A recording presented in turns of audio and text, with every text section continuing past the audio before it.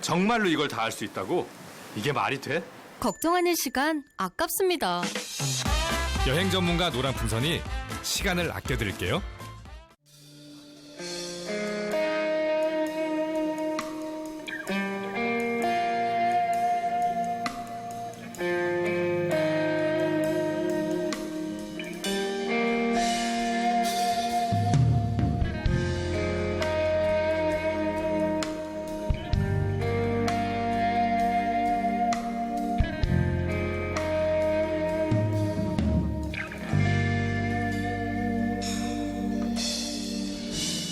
나의 소망 되신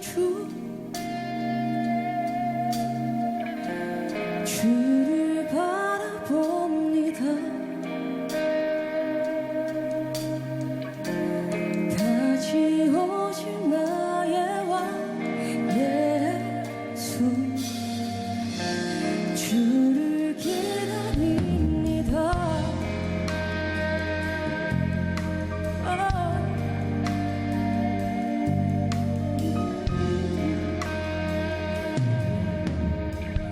나의 소망 되신 주, 나의 소망 되신 주를 바라봅니다. 다시 오실 나의 왕 예수, 주를 기다립니다. 주를 기다립니다. 주를 기다립니다.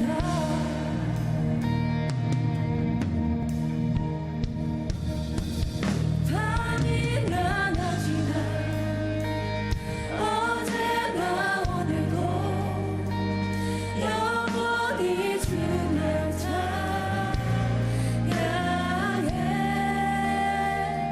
괴롭고 슬플 때 낙망하여 넘어져도 언제나 주만 찬양하네.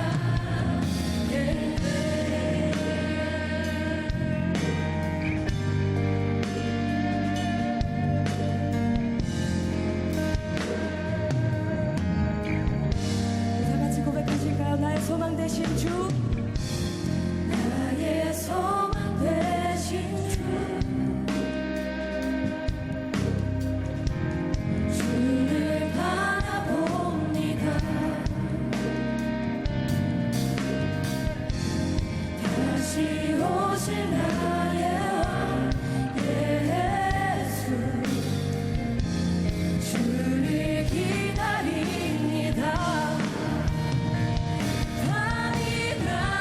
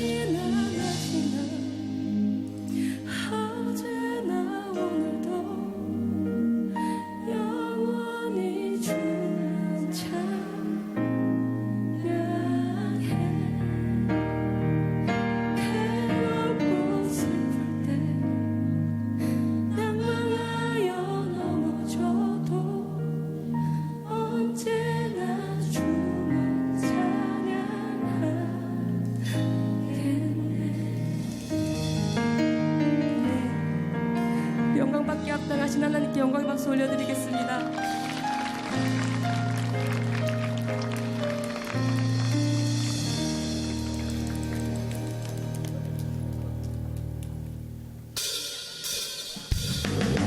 박수 치면서 찬양할까요?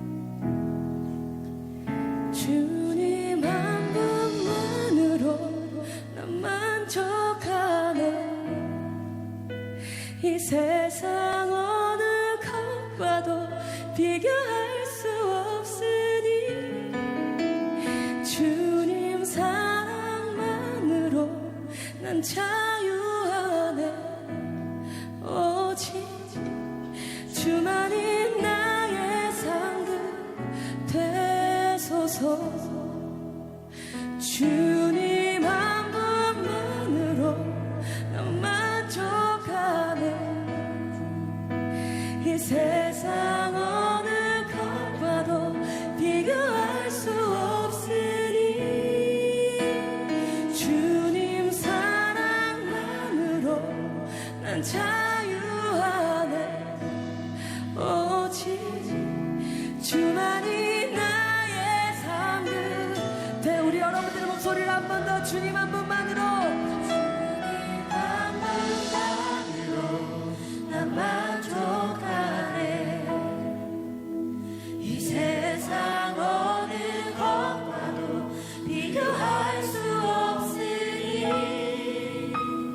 주님 사랑만으로 난 자유 안에 오직 주만이 나의. 한 번 더 여러분들의 목소리로 뜨겁게 마음의 손으로 찬양하시겠습니다. 주님 한 분만으로 주님 한 분만으로 난 만족하네.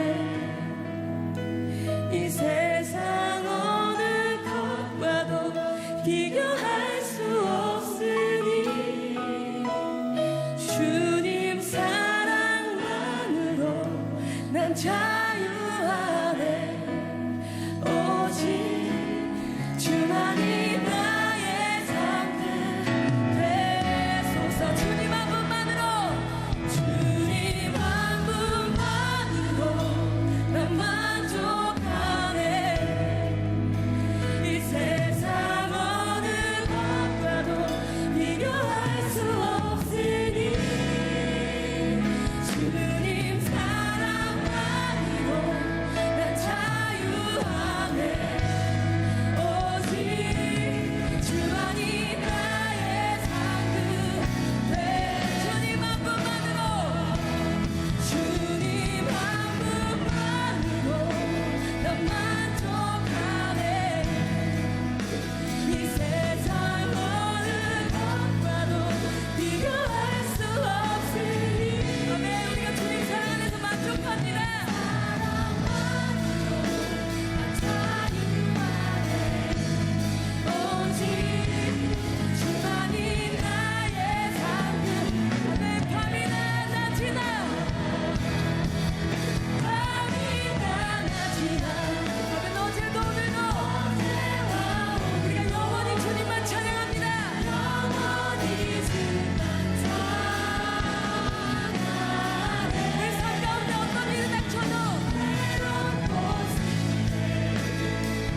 난망하여 넘어져도 언제나 주만 찬양하네.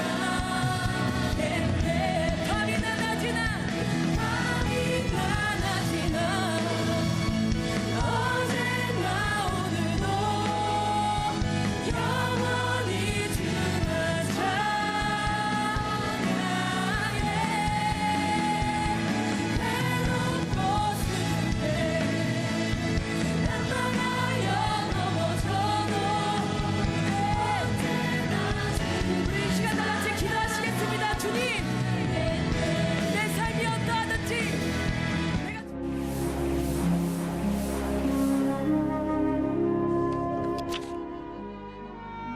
오늘의 말씀은 느헤미야 4장 16절에서 18절 말씀입니다.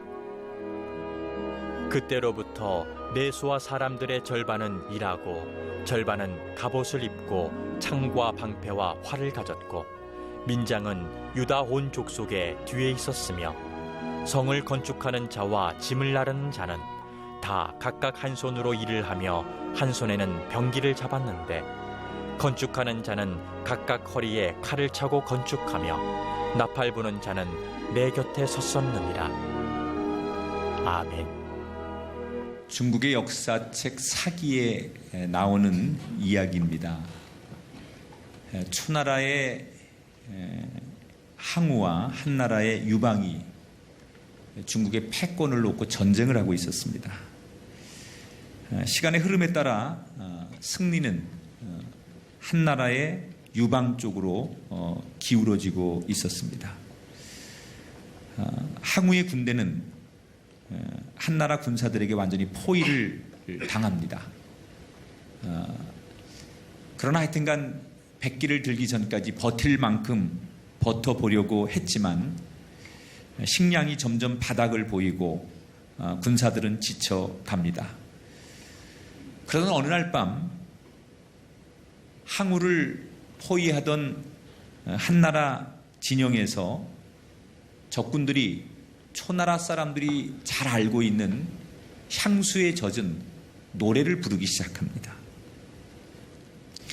그러니까 가뜩이나 지쳐서 전쟁에서 코너에 몰려있는 이 초나라의 군사들이 적군들이 부르는 그 향수에 젖은 고향 노래가 들려오니까 많은 이 군인들이 향수에 젖어서 고향을 그리워하고 가족들을 그리워하며 눈물을 흘리기 시작합니다.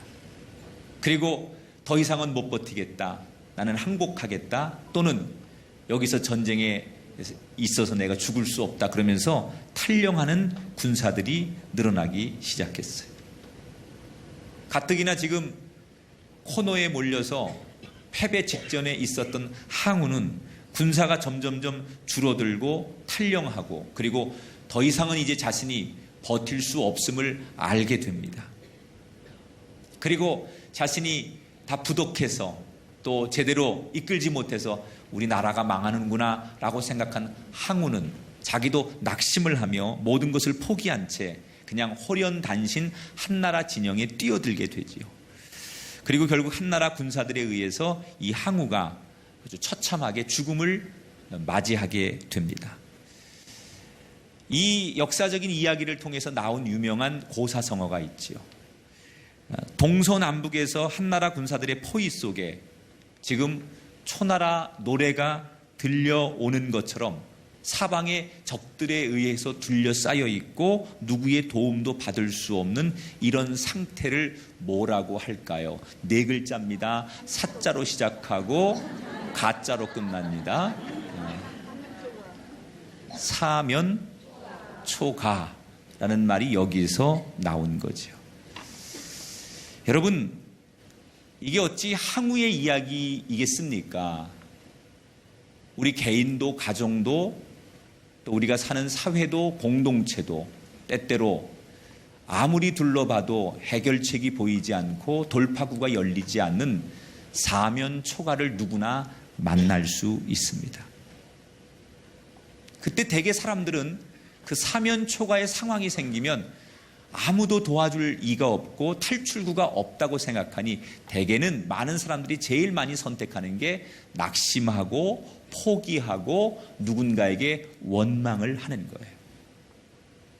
오늘 우리가 읽은 느헤미야 4장에 보면 느헤미야를 비롯한 이스라엘 백성들이 지금 마치 사방이 다 포위를 당해서 사면초가의 상황, 위기를 맞이하는데 똑같은 위기 앞에서 이들은 포기 대신 아주 놀라운 선택을 함으로 그 위기를 벗어나는 이야기가 소개되고 있어요.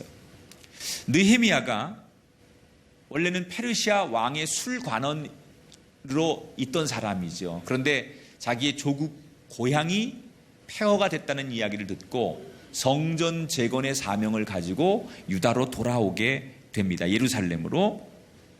그리고 이제 많은 우여곡절 끝에 드디어 준비된 만큼 무너진 성벽을 예루살렘에서 느헤미야가 재건하기 시작합니다. 흩어져 있는 예루살렘에 있는 유다 사람들을 모아가지고 각각 일을 배분해요. 당신들은 이 일을 감당하고, 당신들은 이 재료를 준비하고, 당신들은 목수니까 이 나무를 잘 가지고 이 기초를 놓고, 이렇게 모든 계층에게 일을 잘 분배해요.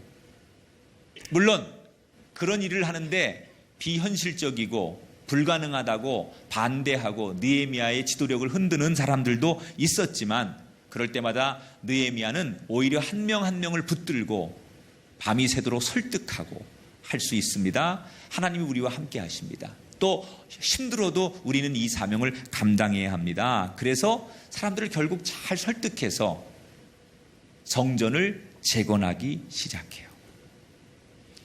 그런데 내부적인 동포들은 잘 묶었는데 문제는 바깥에 있는 사람들이 느헤미야를 견제하고 시기하는 사람들 가운데 느헤미야가 이 성벽을 재건하는 것을 굉장히 반대를 해요.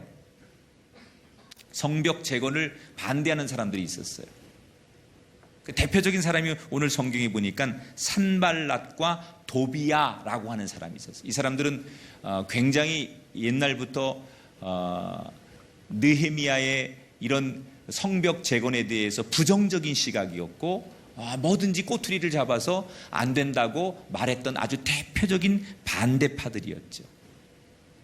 그러나 이미 느헤미야의 지도력에 의해서 계획대로 성벽이 잘 재건되니까 이 산발랏과 도비야가 아주 굉장히 강하게 저항을 하면서 본격적으로 방해하는 그런 일들을 하는 것이 오늘 성경의 본문의 주된 내용입니다. 부정적인 소문을 퍼뜨리기도 하고 또 때로는 사람들을 협박하기도 하고 그래서 어떻게 하든지 성벽 재건을 가로막으려고 하지요.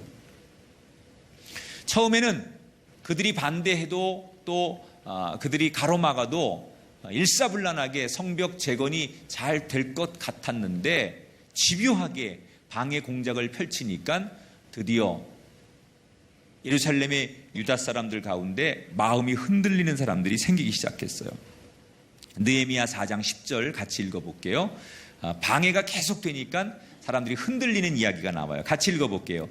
유다 사람들은 이르기를 흥부더기가 아직도 많거늘 짐을 나르는 자의 힘이 다 빠졌으니 우리가 성을 건축하지 못하리라. 이게 자꾸 부정적인 얘기를 옆에서 하고 안 된다 그러고 그리고 방해 세력들이 끊임없이 방해를 하니까 거기에 이 넘어가는 사람들 그리고 동조하는 사람들 지치는 사람들이 나오면서 나 이 성벽 재건 더 이상 못하겠다. 무섭기도 하고 힘들기도 하고 두렵기도 하고 그러면서 이탈을 하는 사람들이 생기기 시작했어요.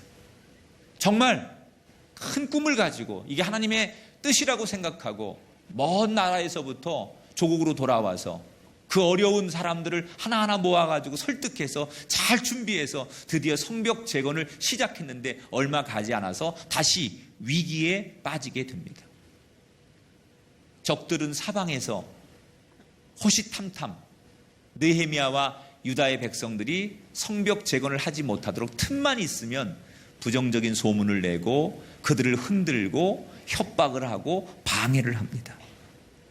또 내부적으로는 하나가 돼도 이 외부의 적들을 이길 수 없을 텐데 내부적으로 의견이 갈리기 시작하고 갈등하기 시작하고 의욕을 잃고 일손을 놓는 사람들이 생기면서 마치 전염병처럼 내부에 있는 유다 백성들이 흔들리기 시작합니다.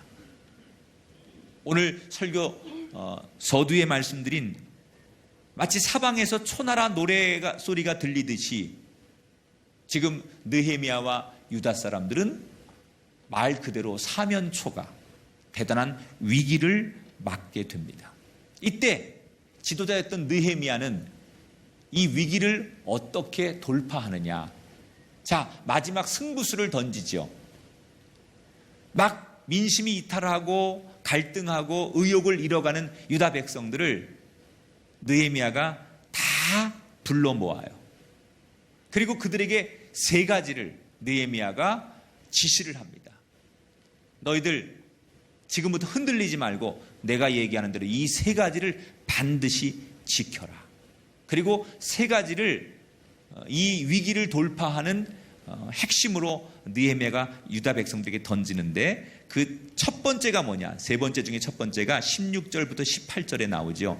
그때부터 성을 건축하는 자와 짐을 나르는 자는 다 각각 한 손으로 일을 하고 한 손에는 병기를 잡았는데 그랬어요. 그 뒤에 뭐라고 나와요? 건축하는 자가 각각 허리에 칼을 차고 건축하며 나팔 부는 자는 내 곁에 섰었느니라. 자, 느헤미야가 적들의 방해와 적들의 공격 앞에 두려워하는 이 유다 백성들에게 내린 첫 번째 처방이 뭐냐면 칼들을 나눠줬어요. 무기를 나눠줬어요.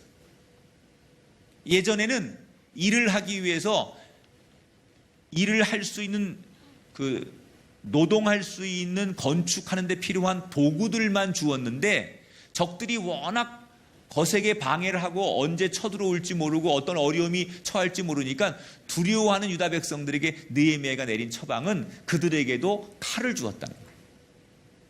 여러분, 칼을 가지고 또는 무기를 가지고 덤비는 적들 앞에 너희도 무기를 들고 혹시 적들이 공격해 오면 일만 하지 말고 무기를 들고 싸울 준비를 해라. 그러니까 손에 무기가 없을 때는 적들이 무기를 가지고 오면 내가 적들을 이길 수 없을 거라고 두려워했는데 같이 무기를 드니까 싸워볼 만하다라고 하는 자신감이 유다 백성들 마음속에 생겼어요. 그러니까 두려움을 이기게 하는 그런 전략으로 그들에게도 너희들도 용맹한 군사다. 너희들도 싸우면 이길 수 있다. 너희들도 힘을 모으면 적들을 대항할 수 있다. 이런 확신을 주고자 느헤미야는 의도적으로 일을 하는 인부들에게 칼을 주었다는 얘기예요. 자, 여러분, 몸만 있을 때 하고 무기로 완전 무장할 때 하고 그 느끼는 느낌이 달라요. 군인들이 그냥 맨몸으로 전쟁터에 나가는 거하고 총을 들고, 아니 성능 좋은 대포를 들고 탱크를 몰고 비행기를 몰고 전쟁터에 나간다면 심리적으로 성능이 좋은 무기를 가지고 전쟁에 나가면 훨씬 더 자신감이 있어요. 그러니까 지금의 전쟁은 군인들의 숫자가 아니라 얼마나 성능 좋은 무기를 가지고 있느냐.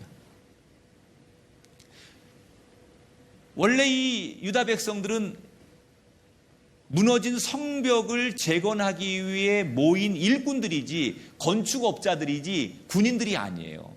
그런데 그들에게 군인처럼 싸울 수 있는 모든 조건을 갖추기 시작하니까 그들의 마음속에 적들을 향한 두려움이 사라지기 시작하더라고요. 여러분, 우리 그리스도인들이 때때로 하나님의 일을 하고 세상에 살면서 두려운 일을 만날 때가 있어요. 그때 오늘 느헤미야가 처방했던 대로 우리가 그 두려움을 이기려면 해야 될 첫 번째 일이 뭐냐? 따라합시다. 믿음의 무기로 무장해야 합니다. 뭐로 무장하라고요? 우리 그리스도인들은 믿음의 무기로 우리 삶을 무장해야 돼요. 바울이 예배소서 6장 13절부터 17절에 이런 말을 합니다. 그러므로 하나님의 전신갑주를 취하라. 서서 진리로 너희 허리띠를 띠고 의의 호신경을 붙이고 평안의 복음이 준비한 것에 신을 신고 믿음의 방패를 가지고 능히 악한 자의 모든 불화살을 소멸하고 구원의 투구와 성령의 검 하나님의 말씀을 가져라 라고 말해요.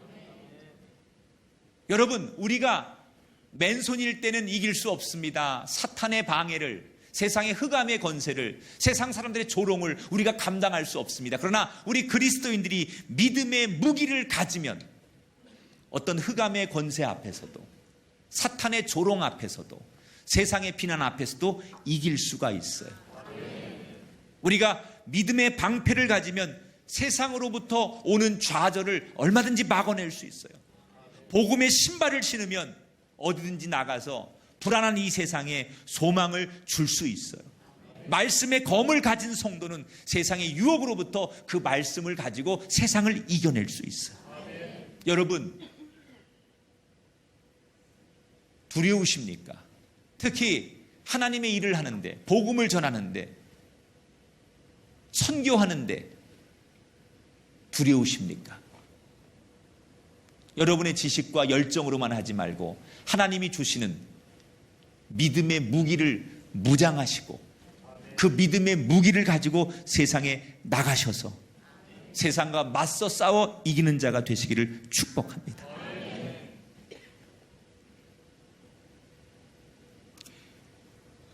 우리 사역자들도 마찬가지인 것 같아요. 기도가 충분히 있고 강단에서 말씀을 전할 때 말씀이 충분히 준비되고 그리고 오래 깊이 생각하고 그 사역을 펼칠 때는 두려움이 없어요. 그런데 이게 준비가 되지 않고 사역을 펼치게 되면 왠지 모르게 하나님의 일을 하면서도 여전히 두려워요. 오늘 제가 그 DMT 구기생들을 향해서 엄지척이라고 했는데 왜 엄지척이냐? 여러분 정말 전도하는 게 얼마나 힘듭니까? 특히 길거리에 나가서 전도지를 하나 누군가에게 전달하는 게 얼마나 힘든 일인 줄 알아요. 정말 믿음 없는 사람은 이 전도지를 들고 나가서 내가 뭐 하는 거지? 사람들로부터 거절을 당하고 심지어 전도지를 주었을 때 거절하는 정도가 아니라 내가 보는 앞에서 그걸 그냥 아주 구겨가지고 쓰레기통에 넣고 발로 막 밟는 사람도 있고 막 조롱하는 사람도 있고 그럴 때 그런 거절 앞에 사람들의 그런 이상한 반응 앞에 우리가 복음을 전하다가 두려워요. 세상 사람들이 무서워요. 거절당하는 거에 대한 두려움이 있어요. 여러분은 어떻게 그런 걸 이길 수 있어요? 무장해야 돼요.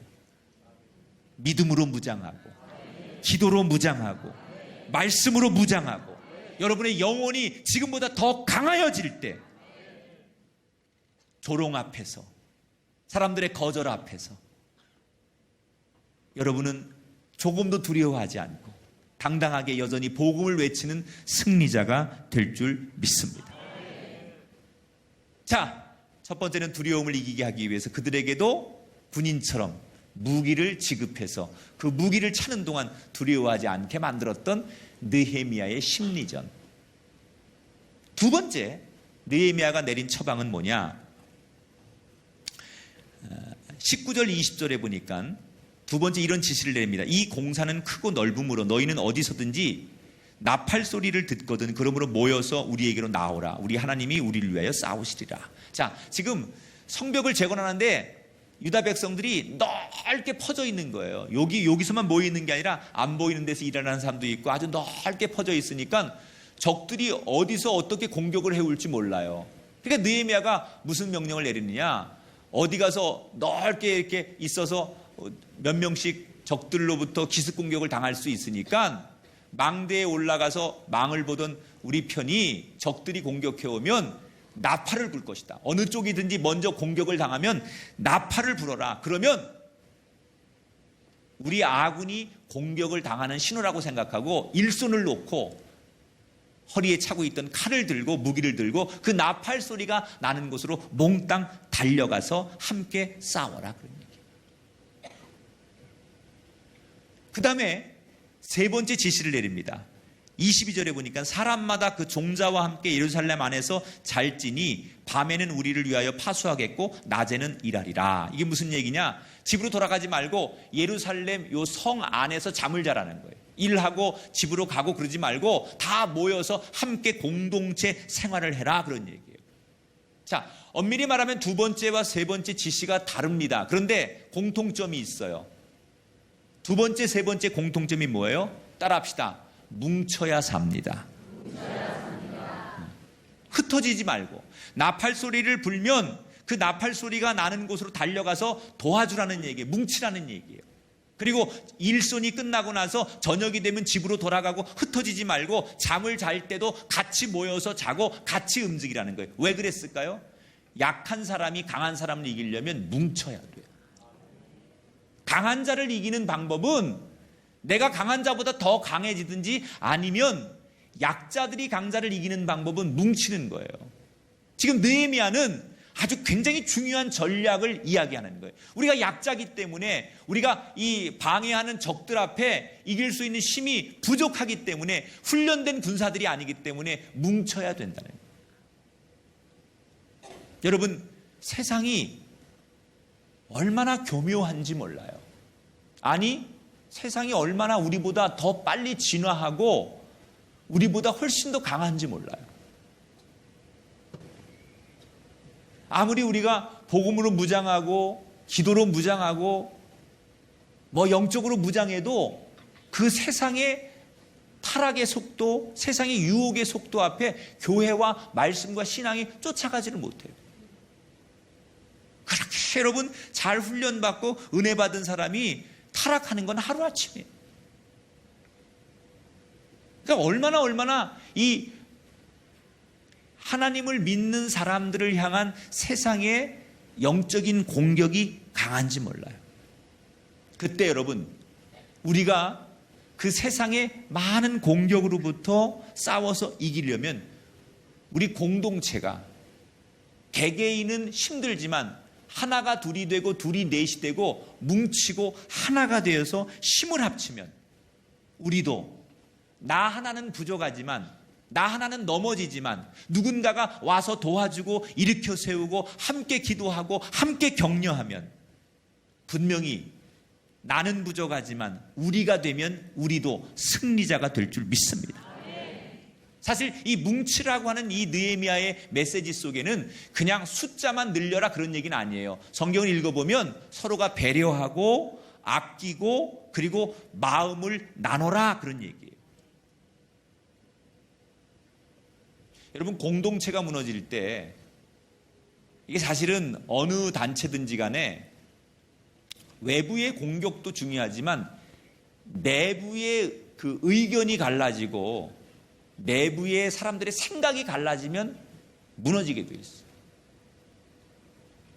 그러니까 우리끼리 싸우는 거죠. 자중질환이 일어나는 거예요. 그래서 고도의 그 싸움 가운데 하나가 흉흉한 소문을 퍼뜨려서 자기들끼리 지지멸멸하게 만드는 거예요. 자기들끼리 싸우게 만들고 자기들끼리 갈등하게 만드는 거예요. 아주 이건 고도의 전략이죠. 외부의 적들이 들어와 싸우는 게 아니라 내부에서 자기들끼리 갈등을 부추겨서 자기들 안에서의 싸움을 하도록 만드는 전략. 이게 굉장히 사실 전법 중에는 고도의 전법이에요. 우리도 마찬가지예요. 여러분, 우리 교회 공동체 또는 우리 가정의 공동체 또는 여러분들이 사역하는 그 그룹의 공동체 속에 잘하다가도 어떤 사람이 불평을 하거나 또 안 좋은 소문을 퍼뜨리거나 그럴 때 그 마음들이 갈라지고 서로를 원망하고 책임을 전가할 때 그때 그 가정, 그 공동체, 그 교회는 싸움에서 지는 거예요. 지금 산발락과 도비아를 비롯한 적들이 유다 사람들을 향해서 너희들 속고 있는 거야. 느헤미야가 자기 출세하려고 자기가 이 나라의 왕이 되려고 지금 너희들을 이용하는 거야. 결국 너희들 나중에 성을 다 짓고 팽당할 거야. 뭐 이러면서 있는 말 없는 말을 막 꾸며대면서 느헤미야의 지도력을 흔들고 백성들의 마음을 흔들기 시작합니다. 그때 그 말만 듣고 진짜 그런 건가? 느헤미야가 우리를 이용하고 우리를 이렇게 쓰다가 버리는 건 아닐까? 결국 우리는 이용당하다 마는 거 아닐까? 뭐 이런 마음에 흔들리는 사람들이 있다는 거죠. 사람은요, 귀가 얇아요. 그래서 긍정적인 메시지보다는 부정적인 메시지가 더 강하게 와요. 여러분, 아주 굿 뉴스하고 배드 뉴스하고 어떤 게 빨리 가요? 굿 뉴스는 잘 안 나가요. 마치 이렇게 종이 비행기 접어서 우리가 던지면 탁 던졌는데 여기서 코 꼬꾸라지는 거하고 그게 굿 뉴스라고 하면 요즘은 배드 뉴스는 알아서 얼마나 잘 가는지 몰라요. 배드 뉴스가 한번 탁 터지면 휴 가다가 떨어지는 것 같은데 다시 비행해 휴 또 올라가서 옆 사람한테 가고 또 휴 올라가요. 그래서 뭐 이렇게 뉴스들을 보면 아주 무슨 그런 정말 사회적으로 파장을 일으키고 우리 마음을 우울하게 하는 그런 뉴스들은 그냥 파다하게 퍼집니다. 근데 무슨 미덕이라든지 참 감동적이고 이런 뉴스들은 그렇게 많이 파급력이 없어요. 똑같아, 인간이. 안 좋은 이야기를 들으면 그 안 좋은 이야기 속엔 마음이 잘 흔들리고 그걸 잘 받아들이는데 이상하게 인간이 좋은 이야기에는 반응을 잘 보이잖아요.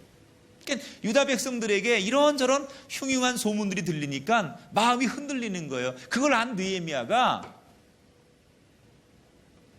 그런 마음이 흔들리고 믿음이 없고 또는 사명이 약해진 사람들을 위해 뭘 하라고요? 가서 함께 그들을 격려하고 어떻게 하든지 그들의 마음을 돌이켜 세우는데 많은 사람들이 노력하라는 얘기예요. 여러분, 저는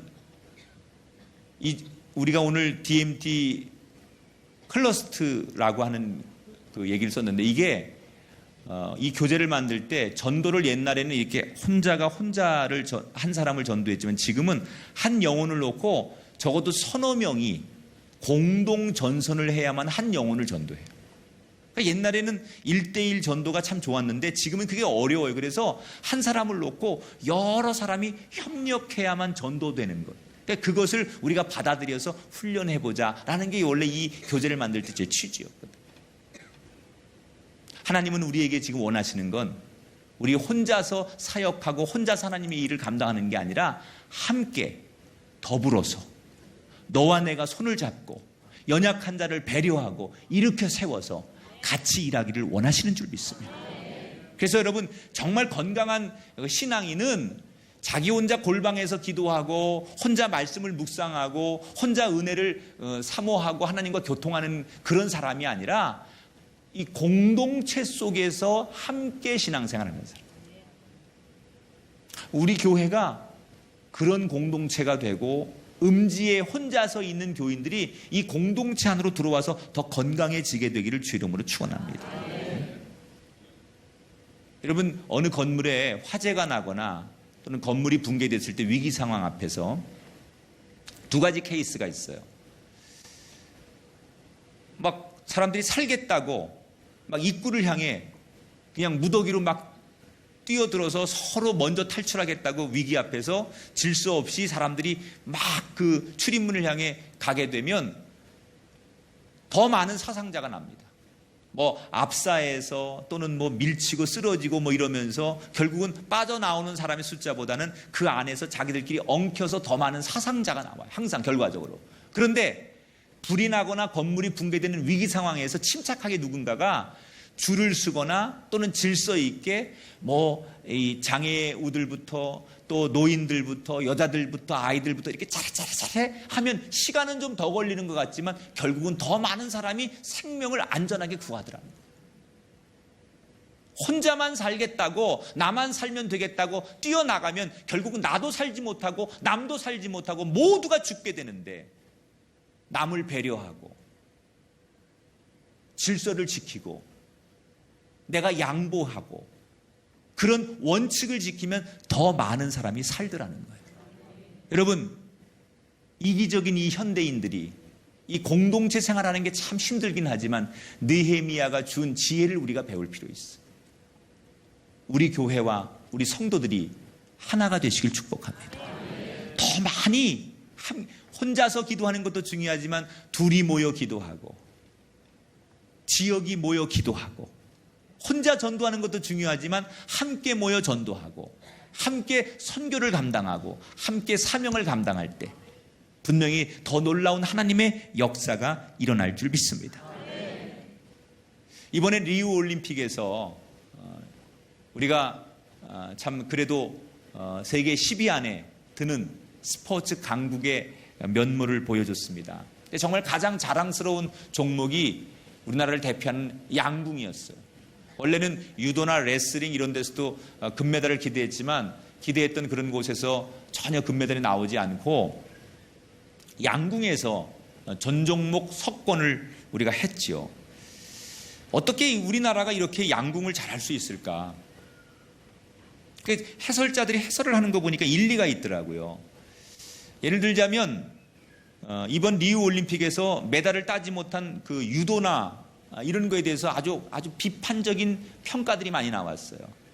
그 한쪽의 서클들이 모든 협회와 대표 선발권을 가지고 공정한 선발을 하지 않고 자기들끼리 뭐 하다 보니까 결국 세계 경쟁에 나가서 국가대표는 되지만 세계 경쟁에 나가서 우수한 성적을 내지 못하는 그런 협회가 있는가 하면 양궁협회 같은 데는 지난번 올림픽에서 금메달을 땄어도 작년 세계 선수권 챔피언이었어도 올해 다시 선발전을 거쳐서 떨어지는 선수가 있어도 구제하지 않는 거예요. 그러니까 공정한 게임, 공정한 경쟁을 양궁협회에서 보장하는 거예요. 매년마다. 아주 치열한 내부적인 선발전이 있기 때문에 그걸 협회에서 보장하는 거예요. 몇몇 특정 선수들을 위해서 특정 학교나 특정 실업인 팀을 지지해서 그쪽에서 독식하지 않도록 공정한 룰을 협회에서 아주 원칙을 갖는 거예요.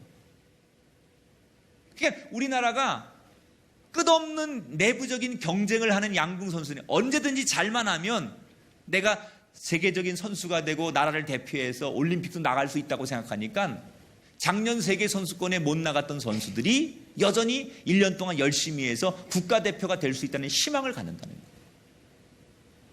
여러분, 이번에 장혜진 선수가 금메달 땄죠? 지난 4월에 이번 리우 올림픽 최종 선발전이 있었어요. 근데 장혜진 선수가 3위로 3명이 나가는데 3위로 입상을 합니다. 우리나라 국가대표 선발전에. 그런데 그때 1점 차로 4위가 된 동료 선수를 보고서 장혜진 선수가 이기자마자 보통 스포츠 스타들이 이기면 환호하잖아요. 내가 이겼다고 좋아하잖아요. 그런데 어떤 게 기사가 나왔냐면 장혜진 선수가 자기 이긴 기쁨에 도취돼서 만세를 부르거나 내가 국가대표가 됐다고 좋아하기 전에 1점 차로 떨어져서 국가대표가 되지 못한 옆에 동료 선수를 울면서 안아주는 이야기. 그 장면이 나왔어요. 저게 그 장면이에요. 같이 우는 거예요. 기뻐서 우는 게 아니라 1점 차로 국가대표가 되지 못해서 올림픽에 나가지 못하는 그 동료 선수의 아픔을 장혜진 선수가 알기 때문에 가서 내 기쁨을 표현하기 전에 떨어져서 국가대표가 되지 못한 선수를 위로하고 격려하며 함께 우는 장면. 얼굴도 이쁜데 마음도 이쁘네. 그러니까 꿈에 그리던 올림픽에 나가게 됐는데 기뻐하기보다는 먼저 동료를 배려하고 위로하고 안아주는 저 모습 속에 우리나라 양궁 국가대표팀의 분위기를 잘 보여주는 거예요. 배려하고 아끼고 상대를 이해해 줄 때, 뭉칠 때 더 강한 자가 돼요. 여러분, 오늘 우리가 바로 그런 삶이 되어야 될 줄 믿습니다. 그리스도인이 한 형제 자매 된 우리가, 영적으로 같은 목표가 있는 우리가 더 하나가 되고 더 이 복음 앞에, 사명 앞에 뭉쳐질 때 우리 모두 다 승리자가 될 줄 믿습니다. 낙오자가 생기지 않도록, 낙심한 자가 있거든 함께 그의 어깨를 같이 둘러매고 그의 손을 잡고 일으켜 세워서 우리 모두가 승리자가 되는 느헤미야의 지혜가 이 땅의 그리스도인들에게 오늘 특별히 복음의 사명을 가지고 걸어나가는 DMT 수료생들에게 함께 하기를 주님의 이름으로 축원합니다.